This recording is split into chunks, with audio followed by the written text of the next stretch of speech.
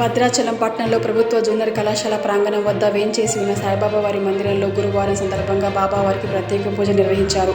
భక్తులు అధిక సంఖ్యలో పాల్గొని తీర్థప్రసాదం స్వీకరించారు.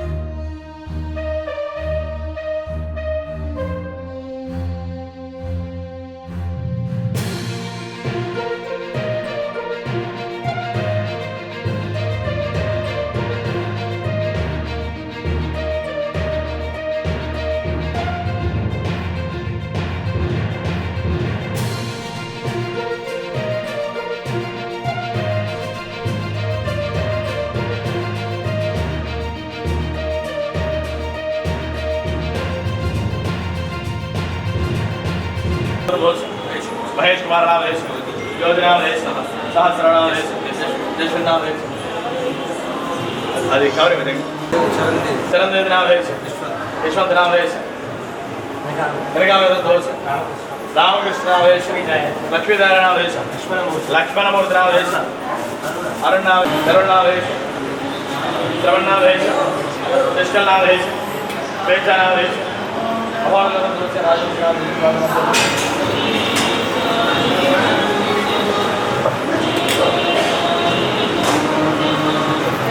గౌతమ్ చెప్పాము చెప్పు కడగిరిలో దోష నాగేశ్వర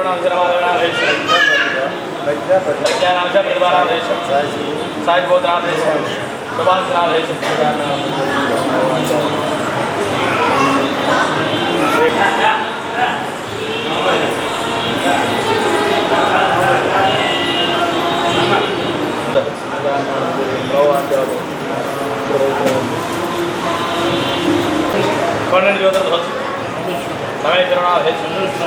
ఓం సాయి శ్రీ సాయి జై జై సాయి. మన భద్రాచల షిరిడి సాయిబాబా వారి మందిరంలో ఈరోజు మనం గురువారాన్ని పురస్కరించుకుని శ్రీ గురుస్వరూపుడైన సాయిబాబా వారిని ఉదయం 5 గంటల 15 నిమిషాలు జరిగే కాకిడ హారతితో మేలుకొల్పడం జరిగింది.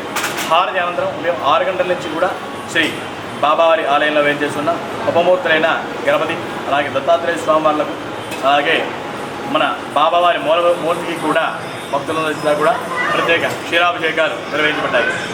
అభిషేకానంతరం ఈరోజు గురువారాన్ని పురస్కరించి శ్రీ బాబావారిని నూతన వస్త్రాలతోనూ స్వర్ణ ఆభరణాలతో కూడా మనం అలంకరించుకోవడం జరిగింది. అలంకరణానంతరం బాబావారి మందిరానికి వచ్చే భక్తులందరి చేత కూడా శ్రీ బాబావారికి ప్రత్యేక గోత్రనామార్చనలు జరగబడుతున్నాయి. అదేవిధంగా ప్రతి గురువారం జరిగినట్టుగానే భక్తుల సహకారంతో మధ్యాహ్నం 12 గంటల నుంచి కూడా బాబావారి అన్నదానం వద్ద బాబావారి అన్నప్రసాద వితరణ జరుగుతోంది.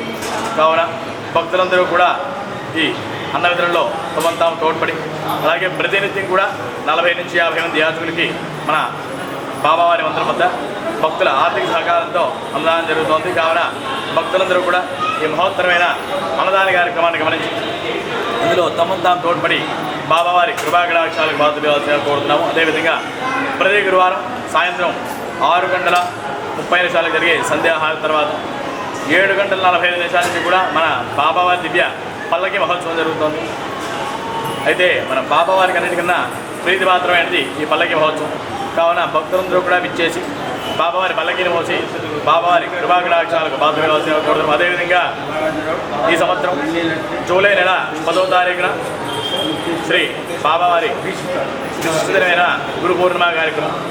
అయితే ఈరోజు ఈ గురు పౌర్ణమి గురువారం రావడం చాలా విశేషం.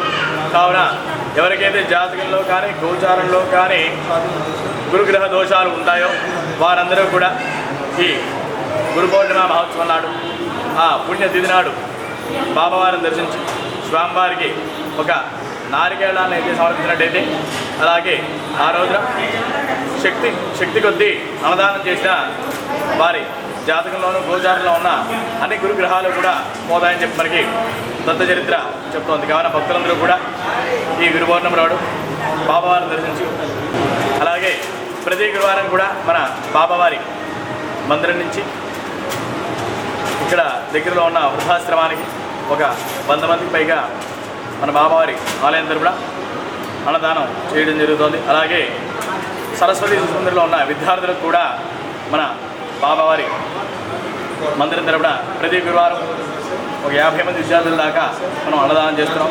కావున భక్తులందరూ కూడా ఈ ఎంతో గొప్పదైన అన్నదాన కార్యక్రమాన్ని గమనించి తాము కూడా తమ శక్తి కొద్దీ తోడ్పడి బాబావారి కృపాకటాక్షానికి పాత్ర కావాల్సిందిగా కోరుతున్నాం.